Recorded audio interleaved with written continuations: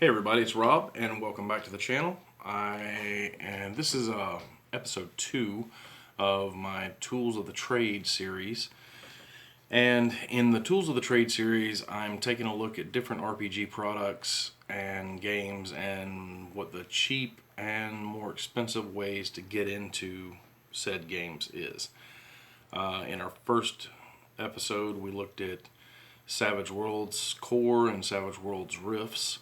And in this episode, I'm going to be looking at getting into Call of Cthulhu, the role-playing game, and the cheaper and more expensive ways to do it.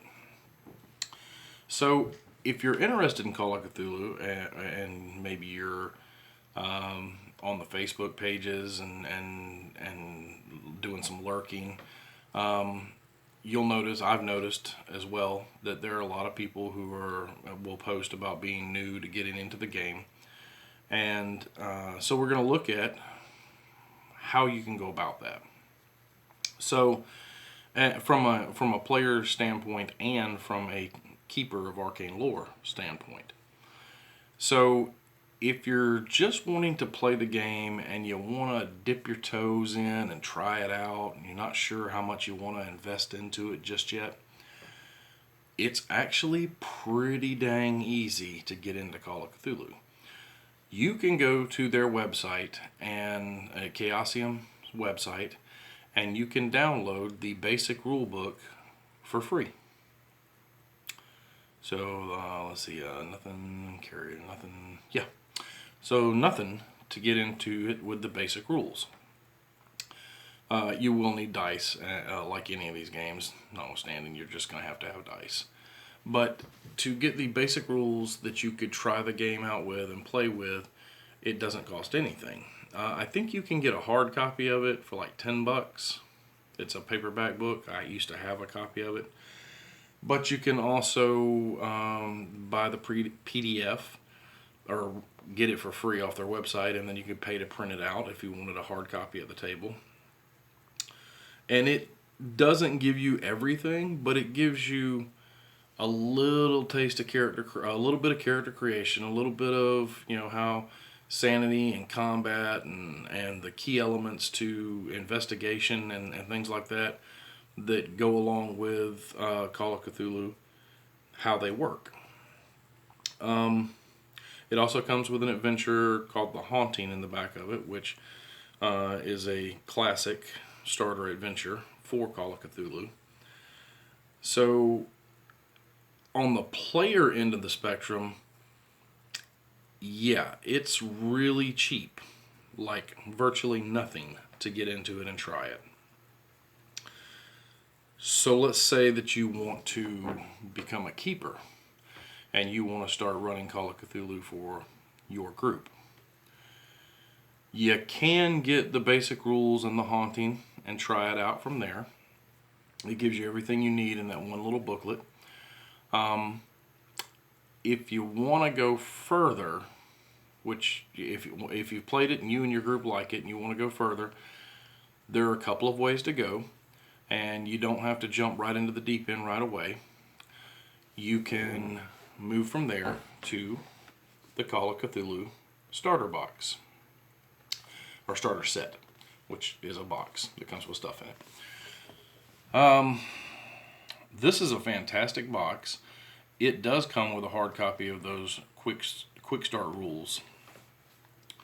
In fact, I'll just tell you, inside the box you have Introduction and Book 1, which is Introduction and Alone Against the Flames, a solitary adventure or solo adventure teaching you the basics of Call of Cthulhu as you play through a mystery. Then you have Book 2, which is the Call of Cthulhu starter rules. It's the basic rules needed to play. These are the same rules that we just talked about from that PDF. It does not have the Haunting in it, though. It's just the rules. Then you have Book 3, which is Adventures. And this is 3 starter adventures for your players to explore. And each one kind of steps it up just a little bit. You have 5 ready-made characters, full colored. You have blank investigator sheets for creating your own characters. It comes with a set of 6 polyhedral dice for playing the game, and a set of handouts that link with the adventures that you can hand out to your players. The adventures that it comes with, again, Alone Against the Flames, which kind of teaches you the rules of the game as you're playing it. It comes with Paper Chase, Edge of Darkness, and Dead Man Stomp. And I'm not going to go through and show everything that comes in the box because I already have a video for that. I'm just illustrating that this is a great way to get in and try the game out. And it's $25 US. That's not bad.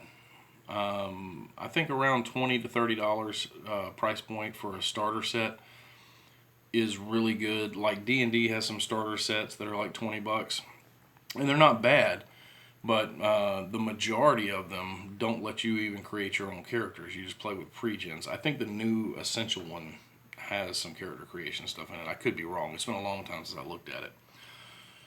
But for $25, gives you everything you need to get started playing.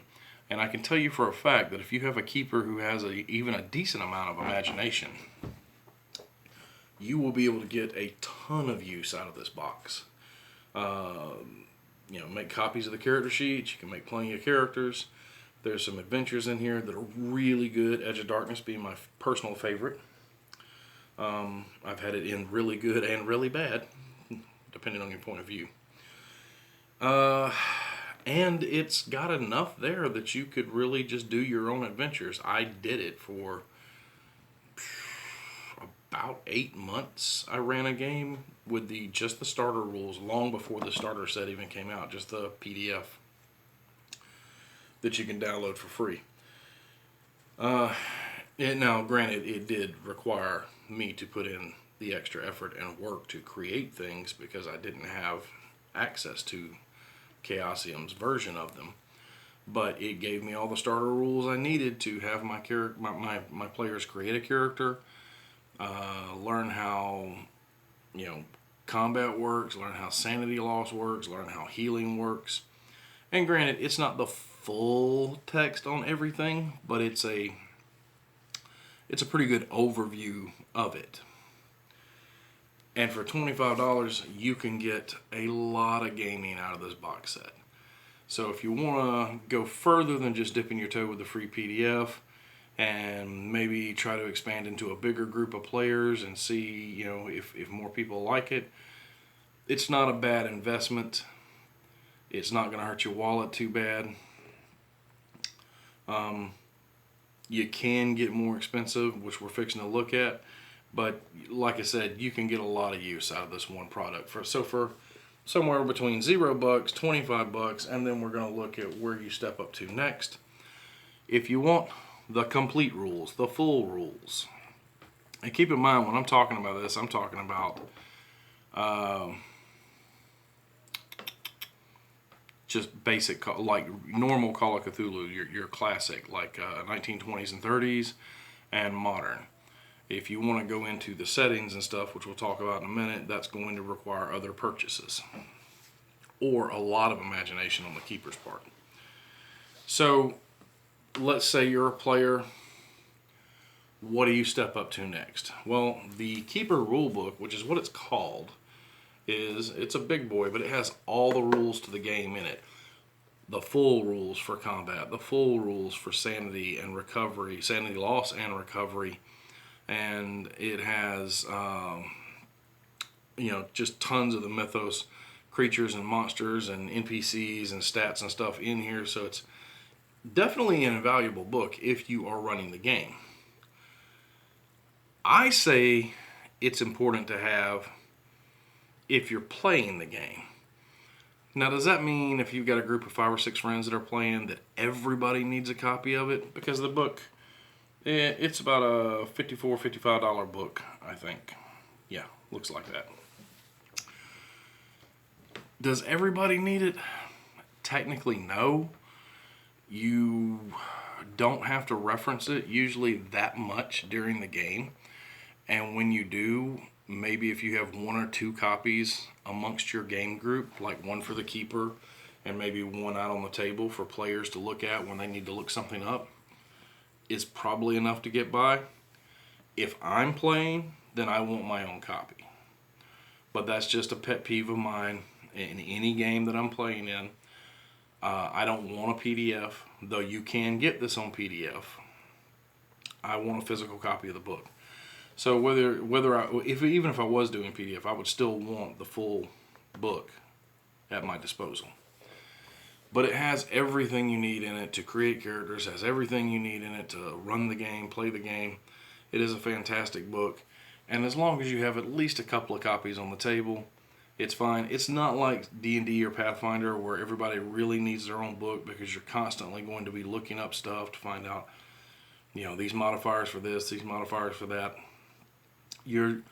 I don't feel like, and in my experience, players don't have to go to the book that often.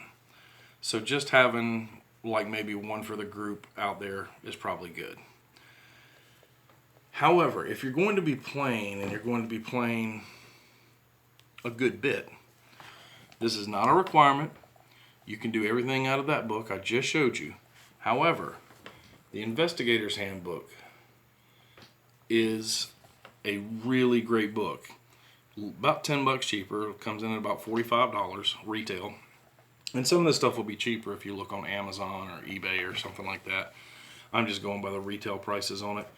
But the Investigator Handbook has a ton of stuff in it that is really useful for obviously being an investigator. First of all, it comes with the story, The Dunwich Horror, which is really cool. It has a thing on creating investigators, the steps, what the numbers mean, example of investigator creation, period appropriate names. Then it has optional rules for other ways of creating investigators. Has your quick reference chart in here for half and fifth values, which is always going to be useful. Then you have occupations, and you have like over about 100 occupations in here to choose from. It's going to be really hard to not find what you want to play in this book.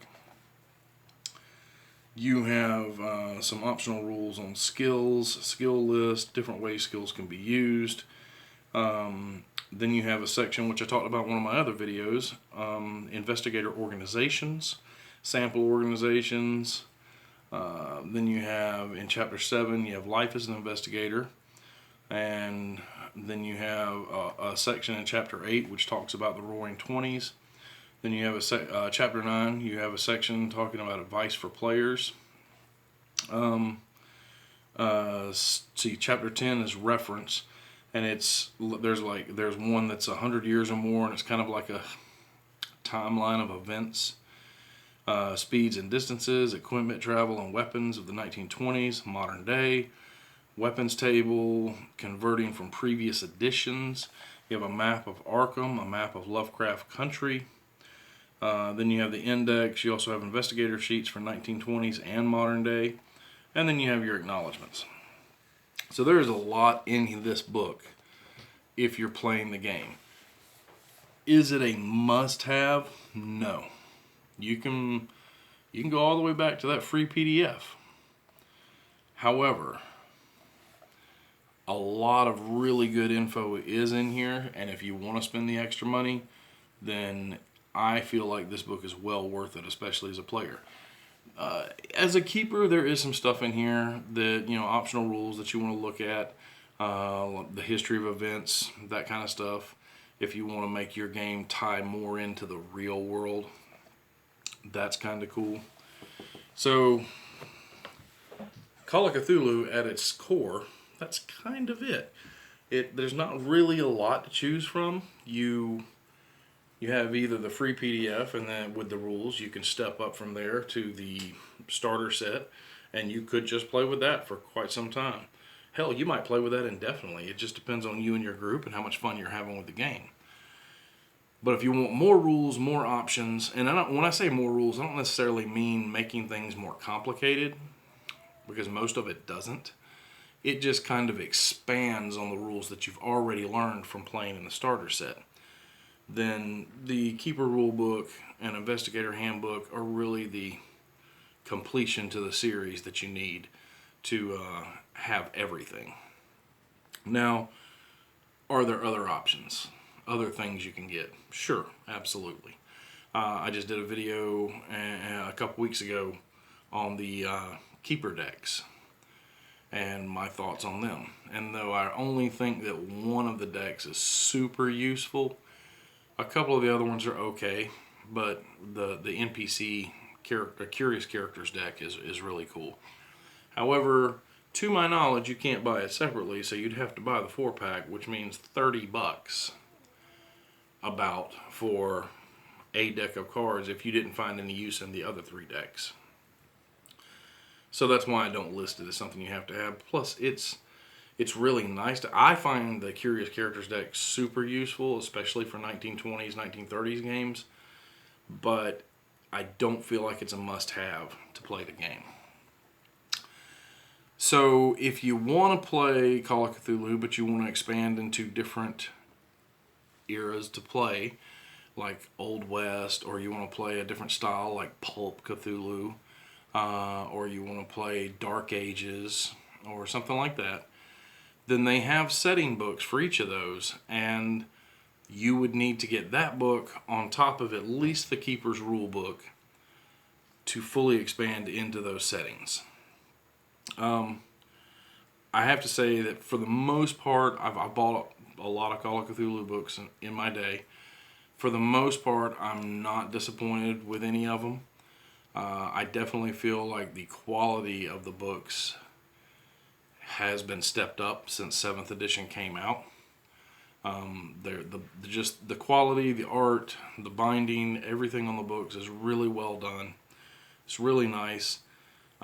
So, I don't mind getting the other books because I like to be able to play, well, I want to run a game in the 20s or 30s. That's great. Maybe I get a wild hair after watching a movie and decide I want to run an Old West game. I like having those options on the shelf that I can just pull down and play with. Now, again, any of this you can buy as PDFs if you want to. I'm just that guy who, I want that tactile sensation. I want that book. And, that's really about it. I mean, there are some people I know, there's a split camp on using miniatures. And I have a lot of Cthulhu miniatures from different companies. And there's a part of me that always wants to use them. But I just don't feel like Call of Cthulhu, me personally, I don't feel like it's a tactical enough game to require putting miniatures on the table. At most, I might take some, dark young miniature that I've painted, and when they encounter it, I set it out on the table. This is what you see. This is what it looks like. But we don't generally move, guys around the map, counting squares and stuff like that. And if you do, that's fine. If that's the way you like to play, that's great. For me, this game in particular just works better mind's eye theater and me just describing stuff. But, your mileage may vary. It depends on what you want out of the game. And, of course, once you start getting into all that, then you can start spending more and more money. Like if you're going to be a keeper, you may want to start getting, books full of adventures. And I've been doing that. Mine's growing. My collection is growing again. And I like writing my own adventures, but there's been several of the adventure books that have come out that I have been like, yes, I have to get this adventure or this set of adventures. But then I'll be honest, there's other ones that have come out that I'm like, I don't really have, like Dark Ages. I don't particularly have an interest in playing Call of Cthulhu Dark Ages. But if you do, grab that Dark Ages book in your keeper book, and away you go. So that's really about it. I mean, once you become a keeper and you start doing your own adventures, whether you're writing them or buying them, obviously buying them you're going to spend more money. Writing them you're going to spend more time. So 6 one, half a dozen the other. But that is a look at the cheap end, bare bones way to get into playing or running Call of Cthulhu, and what you can expect to spend getting into running from bare bones to the high end Call of Cthulhu. So for any of you, I know you older players out here, or older keepers, this really isn't that informative. Most of this stuff is stuff you already know. But for newer people who are interested in getting into this fantastic shared hobby of ours, I hope that this video was useful. I hope it pointed you in the right direction. And if you have any questions about any of the books, or maybe my thoughts on books that you're thinking about getting, feel free to put it in the comments, and I try to answer every comment if I can, which usually means every comment, because I have a lot of time on my hands. If you like the video, give it a thumbs up. Please subscribe, hit the notification button so you know whenever I put up new videos. And until next time, good gaming. Good luck.